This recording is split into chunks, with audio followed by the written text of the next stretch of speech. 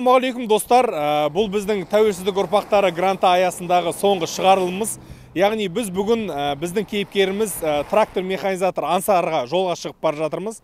Яғни енді осы қыс мезгілінде науқан емес кезінде осы трактор механизаторлардың немен айналысатынын, яғни қандай жұмыспен айналысатынын сіздермен бірге көріп қайтайық. Олай болса, кеттік.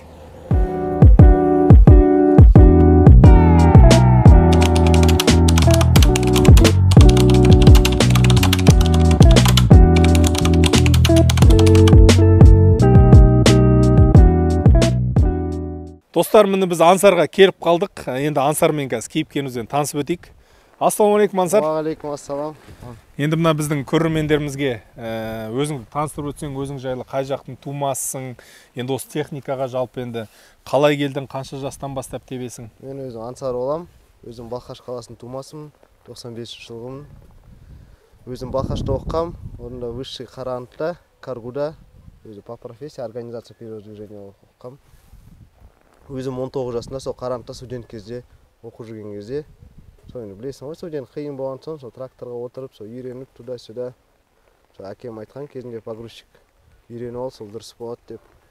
Сол үйреніп, қар күреп, жазда тракторлармен там фермада жұмыс істейміз. Сол біздің погрузчик болады, двухкубовый погрузчик. Қар тазалап көрсетіп жүреміз. Сол жұмысты өзіміз бай іздейміз. Там таныстар енді бай білесің ғой, на имя работать етесің. Иногда там нелер, объемдар шығады жаздың кезінде, там жолда, там всякие фермаларға шақырады, там по тендеру болады, допустим, по ИП-мен, оплата безнал, нал. А былай не? Неше түрлі барып, сразу жұмысқа барып, изначально жұмысты көріп, сразу оценкасын айтып, мынау былай болады, келісіп аламыз, чтобы алдын ала. Енді ақшасы бай жаман емес, ақшасы жақсы. Қазір оценкалар где-то сағатына 12-15 болатыр двухкубовый погрузчиктардың. Жаздың кезінде там объемдар болған соң, постоянка болған соң баға түседі ғой. Айына тоқтамай бір 3 ай істедім ғой, 2,5 миллионнан 2 миллион. Тоже жол болған соң ол да сразу ақшаны ояқта сразу саған бермейді, жүресің, күтесің былай. Көбінесе тоже опасно ше. Кидалалар болады, неше түрлілер болады, короче. Таныспен істеу керек қой, короче, таныс бір ақшаға конкретно отвечать ететін адаммен. Мынау погрузчигіміз болады біздің, мынау немен, джойстикпен погрузчик. Оның алдында мен өзім рычагпен айдағам, осы недавно отырдым мынау джойстикқа. Әлі дұрыс үйренген жоқпын. Бір қолмен немен рульді айдайсың мына жерінде, бір қол рычагта. Самое главное миллиметрларды байқап отырып, былай қабырға қатты жақындамай дегендей, қатты жан-жаққа қарап, жүрген кезде артқа қарап. Короче, сақ болу керек қой любой жерде. Айдап қар жинап қазан жатқыз қойдық міне, алдында қар кетіп жатыр.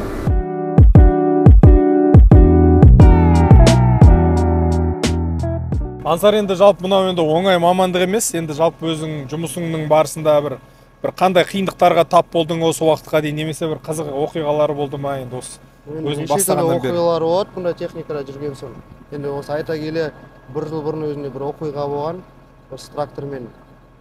Құдайға шүкір аман қалдық. Осы әйелдің туған күнде 7 сентябрь күні жаңа мешіт салынып, сол жерде септик қазып, соған артқа құлап кеткен болатын погрузчикпен. Кабинаға жатып, қайта аман қалдық. Кабинасын ғана ауыстырдық. Сол әрі қарай сол жұмыс жасап жүрдік. Құдайға шүкір, Аллаға шүкір. Енді жалпы енді қазір мына енді сайман жағы, машинаны жөндеу жағын енді өзің істейсің ба, сол жағын айтып кетсең? Қолдан келгенше өзіміз істейміз, абылай не жаңа техника болған соң, бұл енді көп қатты нелер болмайды. Енді Қытайдың техникасы жаман емес, жақсы техникасы. Бәрі майын ауыстырып, вовремя қарап отырсаң, бәрі жақсы болады деп ойлаймын.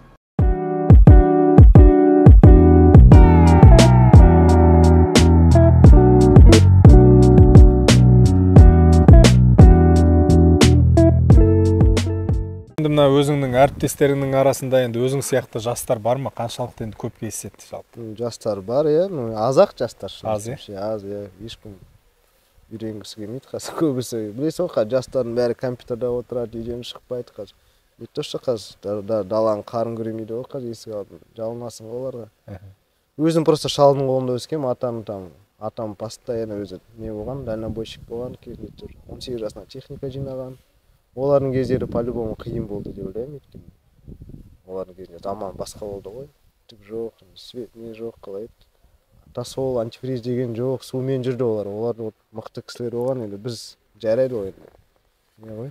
Әр кезден техника суын ағызып, қыстың. Олар солай жүрді ғой, сұрадым ғой, сөйлесем ғой, сумен сол ағызып жүресің, сотка деген жоқ, кетесің бір ай бітті жоқсың.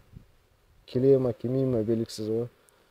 Енді осы біздің ауыл шаруашылығына әсіресе енді осы жалпы техникаларымызға, механизаторларды, жас мамандарды енді осы салаға, осы мамандық таңдауға итермелеу үшін жастар тарту үшін не істей аламыз енді өзіңнің? Не істей алатын, ол үшін гранттар болу керек қой, бірінші очередь. Грант енді көбірек, иә? Иә, көбірек грант, өздері бесплатно оқу керек, бәрі.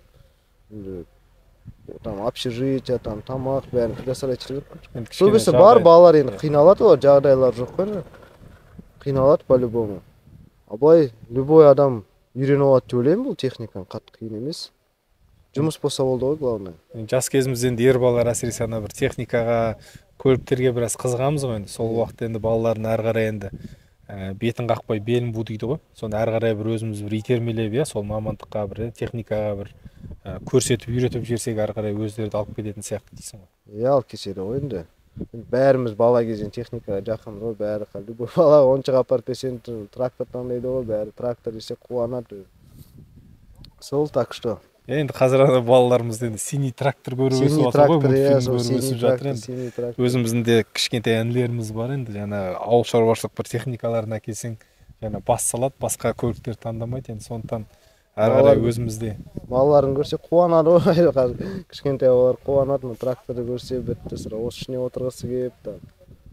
А так жастарға айтарым, үйрену керек, сол қолдан келгенше, шама келгенше енді. Әр адам өз маңдайына жазылғаны бар ғой енді. Қалай болады, Аллах қалай етеді, солай болады ғой. Рахмет енді Ансар, осындай бір керемет сұхбат бергеніңе.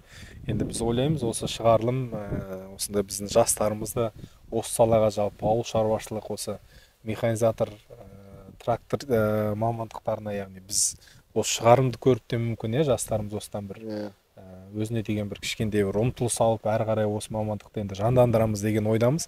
Енді біздің тарапымыздан тек айту, осындай кейіпкерлерімізді көрсету біздің көрермендерге. Сондықтан енді құрметті көрермендер, астыда пікірлеріңізді білдіріп кетіңіздер. Жалпы енді сіздер қай уақытта, неше жастарыңызда техниканы тептіңіздер, яғни кімде-кім енді ауылда мүмкін өзінің бір шаруашылығы болды. Сондықтан пікірде барлықтарыңыз бөлісіп кетіңіздер. Лүпіл басыңыздар. Енді Ансар, сізге көп-көп рахмет айтамыз. Әрі қарай дамый беріңіз енді.